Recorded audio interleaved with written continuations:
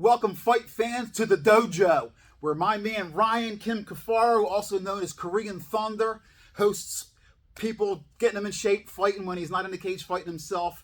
We're going to talk about his latest knockout victory and a preview of Art of War Cage Fighting 41. But first, let me tell you about Ryan, okay? Ryan is the #1 ranked featherweight, correct? Yep. Featherweight by Tapology in Pennsylvania, ranked like #5 in the whole Northeast, coming off a beautiful ground and pound victory after a vicious left hook. And Ryan, let's talk about it, man. You got 12 victories, you got a ton of finishes. You know, you're right there on the cusp. Fight was just on UFC Fight Pass. World-class coach. He's been working UFC corners and training with UFC guys since Paul Felder. I mean, he has just gotten so great at everything. Weight cutting, he's an expert at. Striking coach, technique, game planning, whatever you need, he's fantastic at it. I'm honored to be cage side with this guy as he's on our play-by-play call for Art of War Cage Fighting. I learned so much from him, and he's the man. Ryan, man. Let's talk about it, man. Let's talk about your fight first. Well, it was great. Absolutely. You faced adversity in that fight because you got rocked a little bit. I did. Well, first off, just quick little shout. This is the first time I'm having an interview in the dojo, so that's pretty cool for me. Honored. So yeah, this is the first one in the dojo officially. Normally everyone's training in here, but yeah, my fight was against Ricardo Fuentes, who is definitely a hot Tiger Schulman's prospect, and you know, there was a lot of he had a lot of momentum going into this fight. Everyone on Tapology basically had him winning. The majority of betting sites had him as a slight favorite.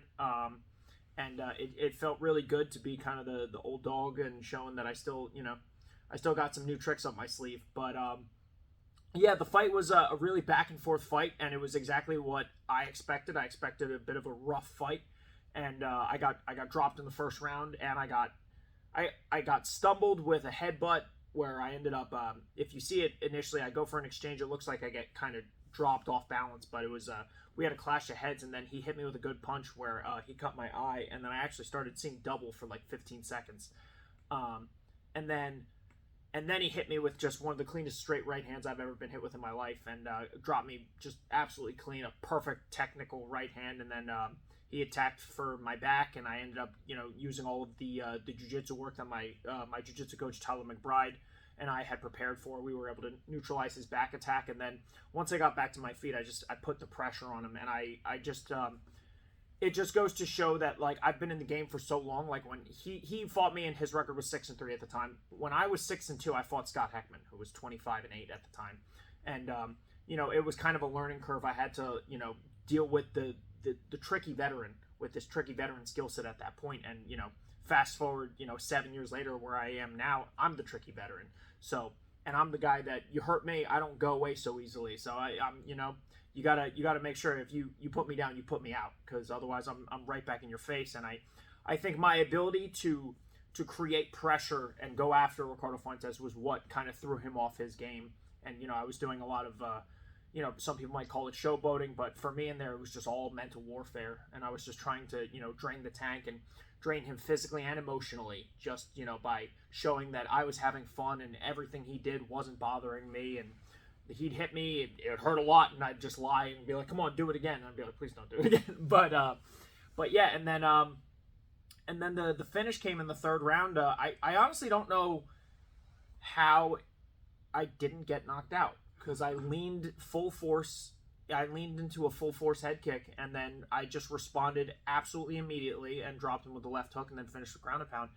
And I've rewatched the replay 1,000 times at this point, and I kind of block it with 4 fingers, but it's still a shin to the face, and I don't understand how I was still standing, let alone how I scored a knockout a split second after. I seem to have a penchant for someone kicks me in the face and then I win fights. So what a great segue too, because now we want to head over to Art of War Cage Fighting 41. It's fight week, Valley Forge Casino, and we're going to go right into the main event with what we talked about right there. We're getting hit in the face because Aaron Kennedy versus Cole Cameron. Aaron Kennedy, listen, I was cage side in Atlantic City calling the fight when Aaron Kennedy, 5 seconds into the fight, decided he was going to sprint, and he sprinted into a knee to the face. Ooh. He recovered that round, actually took the guys back, lost the round convincingly. Somehow found a way to win that fight, and he had a broken orbital 5 seconds into the fight. He actually fought 15 minutes with a broken orbital. I mean, one of the most remarkable performances I've seen, and I had to get major surgery afterwards. He's back, and he's a stud. And talk to me about Cole Cameron. Listen, Cole Cameron, his coach is an OG. You fought on the same Bellator card with his coach, Kevin Roddy. Shout out to UK Rod. You're a legend, dude. Seriously, we used to love watching you fight. And talk to us about Cole Cameron, who you called his last fight, and he's slippery on his feet. I think we're going to see a lot of great grappling exchanges between these two, but I also think we could see some stand-up because of that. For sure. Yeah, it's funny you mentioned Kevin Roddy, because I was cornering Billy Markle and a lot of the Nick Catone guys this past Friday at Dead Serious, and I actually saw Kevin Roddy, and I recognized him because I saw him with long hair when he fought in Bellator, and I looked at him and I was like, we were talking a little bit, and I was like, wait a minute, I know this guy. I was like, you're Kevin Roddy. He's like, yeah, we fought on the Bellator card together. So it's so cool to see, that he's still killing it as a coach, and that his fighters are killing it, like the stud Cole Cameron. Cole Cameron, I did commentary for his last fight, and he fought Calogero Torretta, and while Calogero Torretta doesn't have the most impressive record on paper, in person, if you saw that fight, he is one of the fastest and most dangerous human beings I've ever seen in a cage. He is lightning quick. I think he's like a 12-time national karate champion, Olympic alternate, something like that. So he was hammering Cole with the fastest low kicks I've ever seen in my life, spinning back kicks, and Cole was able to just weather the storm, got in on a body lock, and once he got him to the ground, it was just game, set, match. Cole Cameron's grappling, and especially he's a bit of an anomaly in the sense of the average MMA wrestler shoots singles, shoots doubles, they run you to the fence, and they run the pipe with singles. Cole Cameron is an upper body lock specialist, at least from what I saw in that fight. He's totally cool with getting double underhooks, locking you up, and then going for a Greco throw. And I think his grappling is very, very impressive. And I know that Aaron Kennedy is also a bit of a grappler himself. Yes. So with that in mind, I expect this to be like a phenomenal sort of chess match. And you have to also factor in the X factors into this fight, which is, how is Aaron Kennedy's face after, has he fully recovered? Because again, an orbital break is an orbital break. You may feel okay in sparring, wearing headgear, and people aren't trying to hurt you, but then you get in there with a killer like Cole Cameron, who hits, he hits pretty hard, and you honestly don't even need to hit that hard. With small 4-ounce gloves, all you need is contact, and you can break bones. And if that's really going to test where Aaron Kennedy's physicality is now. And then the other X factor is Cole Cameron fought like a month ago. So he's staying super, super busy, and he's super active, and you know what they say, like, ring rust can become a serious issue. When was the last time that Aaron Kennedy fought? I am not sure of the date. I know it's been a while because right? He's been in camp, but the problem was he lost a few opponents a couple times, so he's been trying to fight, so it's not like he hasn't been training. Agreed, but there is a difference significantly between training for a fight and actually getting the in-time ring experience, which Cole Cameron has plenty of, and plenty of recently. So great matchup. It's a great matchup regardless. Sure. I mean, listen, what a great main event. And Aaron Kennedy, listen, he's got great fans. There's going to be a ton of them there. The place is going to be loud. Let's talk about another pro fight. Skyler Mauler, the wrestler from Ohio State, 3 wins. He comes south to take on Manny Morales. Manny has 4 wins. Manny's had a terrible run of not getting opponents falling off.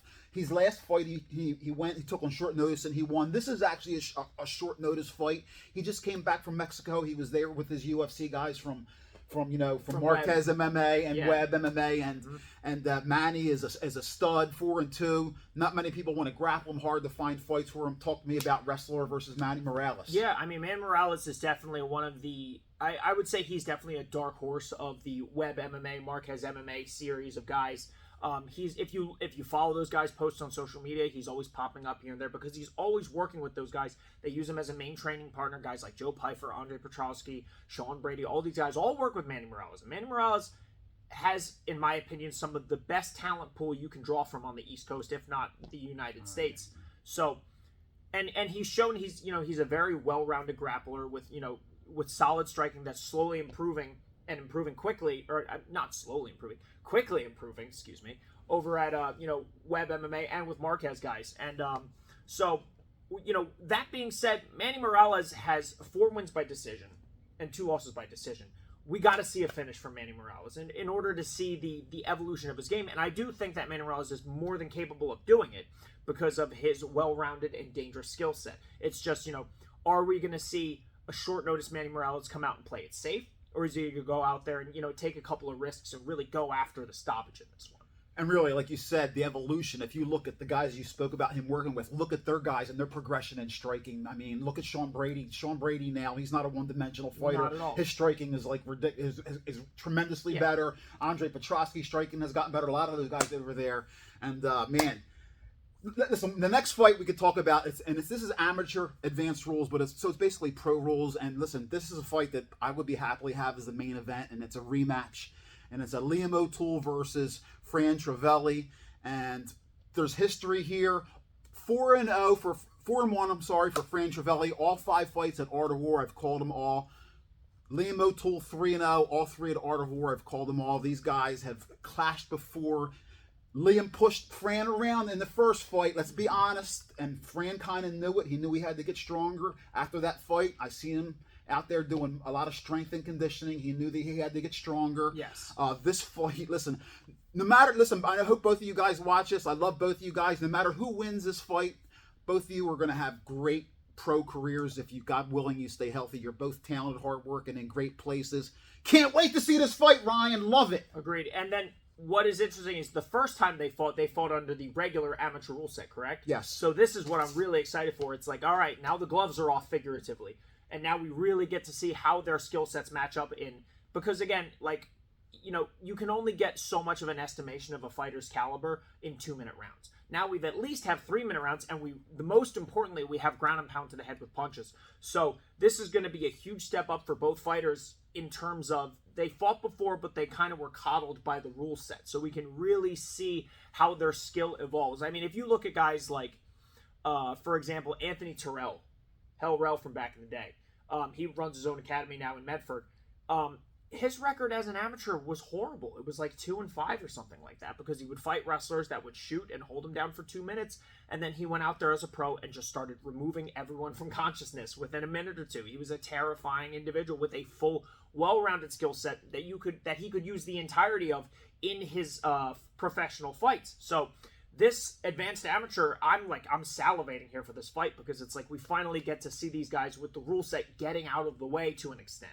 So this is going to be really, really interesting, and in my opinion, it's a pick'em fight. I like I said, man, both of these guys, if you ask me, I think they both have next level talent around them to help them. Talking about Liam, I talked to Liam last week. He's really slowed down, but he says he's matured a lot in 3 fights. And Fran has too. He's working on more than fighting, working on his body. What a great fight, man. Anybody else on this card, Ryan, you want to talk about? We talked, listen, these amateur cards are so fantastic because pro am cards, because we have a lot of guys. You wanted to talk about the Milkman, Isaiah Herring versus Paul Samaru. Yes. Let's talk about that. Paul, listen, trains with our guy Trouble over there. He's all around, always working hard. You know about the Milkman because you work with Eddie Alvarez over at Underground Kings, and I know that's where Isaiah does a lot of his training. Mm-hmm. So talk to me about, I love both of these guys, Art of War, cage fighting veterans. Both, I think, similar talent level, both working hard. Great matchup. Yeah, it's going to be very interesting for sure. I mean, at Eddie's gym at Underground Kings, they have like the cream of the crop in terms of well-rounded martial arts training, but specifically striking training with guys like Ray Robinson over there. So with all that in mind, it's just like, I don't know what we're going to see in terms of the skill set versus like Paul Samaru's grappling and wrestling, because I've trained with Paul Samaru, and he's a very, very high-level grappler. So in my opinion, it's going to be interesting to see where it goes, if Isaiah's going to look to make this a stand-up fight, or if he's going to test the wrestling and the grappling acumen of Paul Samaru. AJ Berneri, talk to me about him. Listen, he lost his last fight. I think he's another guy that's coming right back real quick, a guy that wants to learn. Agreed. I think AJ Berneri, I would call him the king of the 2-minute rounders, because his style, he's such an explosive, violent wrestler, and he gets you down. If he gets you down once, he doesn't need much else. He can get you down and hold you down on top. Unfortunately, in his last fight, he got caught in an ankle lock from Donnie Brumell, but I see, him trying to modify his, and the fact that he wants to get back in immediately shows me he's in wrestling mindset, that he wants to compete constantly. And he's fighting Wing Ma, is that correct? Yes, I believe and, so. And, Wing Ma is a super well-rounded martial artist, and he is an ox, strong like an ox. So we're going to see if, the wrestling of AJ Berneri can overcome the raw athletic prowess and the strength and the skill of Wing Ma. which is definitely one of my. I would say if they had 3 to 5 minute rounds, it would be fight of the night for sure. But we'll see what happens in the rule set. Liam O'Toole's one of his main training partners, Lee Maringo, over there at Semper Fi MMA. Give a shout out to them because they also, are part of the Marquez family. So Lee Maringo versus Rennie is on that card. You said you wanted to talk about that? Yes, Lee Maringo. When I saw him fight last, he fought AJ Deshani in a really good fight. Showed he was able to neutralize the grappler, put on just top level grappling defense. But he's fighting a high level wrestler, I believe a state champion wrestler here. What was his name? Ray Yonamin. And we saw Ray Yonamin fight. Unfortunately, Ray Yonamin ran into Tyler Berger, who is one of the most decorated collegiate wrestlers in America, something like a 4-time All-American or something like that. So this is kind of like an interesting step in a test between two of these guys. Will Ray Yonamin's wrestling shine through, or will all the sprawl and brawl that Lee Maringo worked on with AJ Deshani continue to shine over in this fight? So this fight has a lot of questions behind it, and we're going to get a lot of answers by the end of this fight. Excellent. Anybody else that you really want to talk about? You had it covered. We did cover everybody. Yeah, I think we covered all the big ones, and then the rest of these guys are young, hungry amateur prospects that are looking to make a name for themselves, and then they're going to go out and put on a show, and then after this show we'll probably talk about them next based on the performances they put on. Yeah, well, listen, man. Over at the dojo, we're doing it over here. Ryan is training fighters. Ryan is getting people in shape and getting. Are you looking for a fight currently right now yourself? I'm staying in shape. Staying in shape for anything short notice. My fingers are crossed. Hopefully, I get to go to Contender Series or the UFC on short notice. But I'm in shape. I'm within. I could make weight in 7 days. So you just give me the opportunity, and I'll be ready. Hey, check Ryan out, man. Listen, he's the real deal, and like I said, he anything you need. You want to get healthy. You want to fight. My man Ryan. We'll see you at Art of War Cage Fighting 41, Valley Forge Casino. See you there. With the big homie, Justin Haskell. I had to give you a shout out because I don't want to hear you complain or cry, but the big homie. We'll see you there. Of course. Take care.